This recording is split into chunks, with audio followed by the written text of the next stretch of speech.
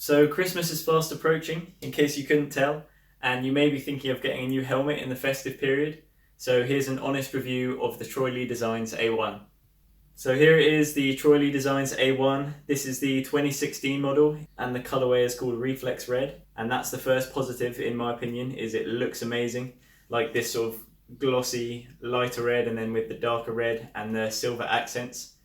Just looks really cool. Some of the colorways of the other A1s are a bit questionable, but I like this one. So another positive about this helmet is that it's true to size. This is actually a medium/large, so 57 to 59 centimeters, and it fits nicely. Like compared to the other helmets that I've bought, different brands, I've always bought them in a medium/large, and they all sort of fit my head the same, so can't complain about sizing.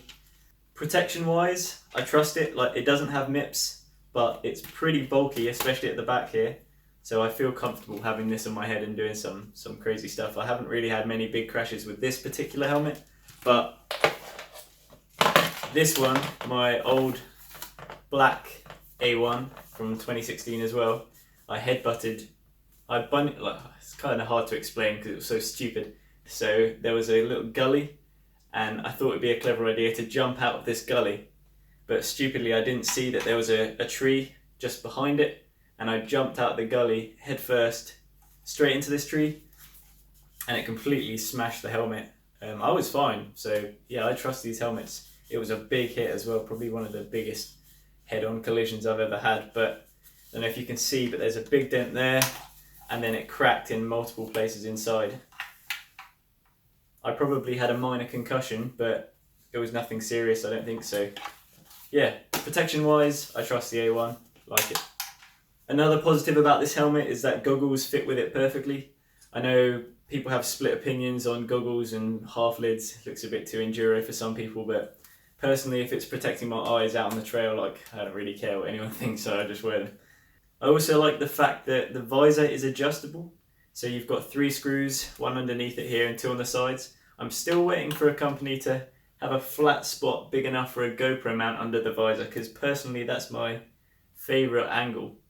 So if any helmet companies are watching this, take note.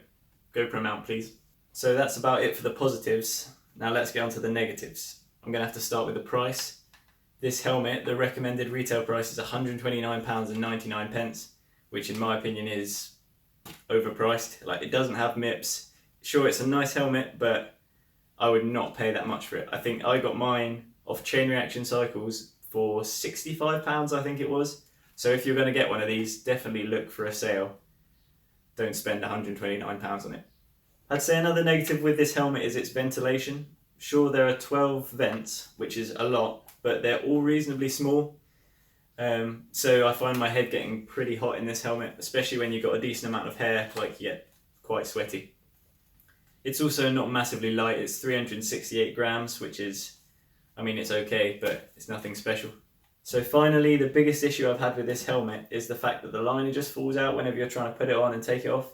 And that's because Troy Lee use these little adhesive mounts to attach the liner, but they don't use enough glue when they're putting these on.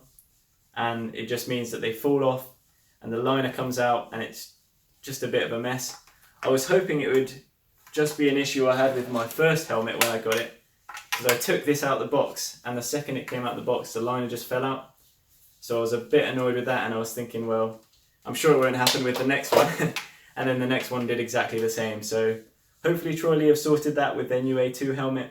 Be interesting to see. I'd love to do a review of one of those. So if you're watching this, Troy Lee.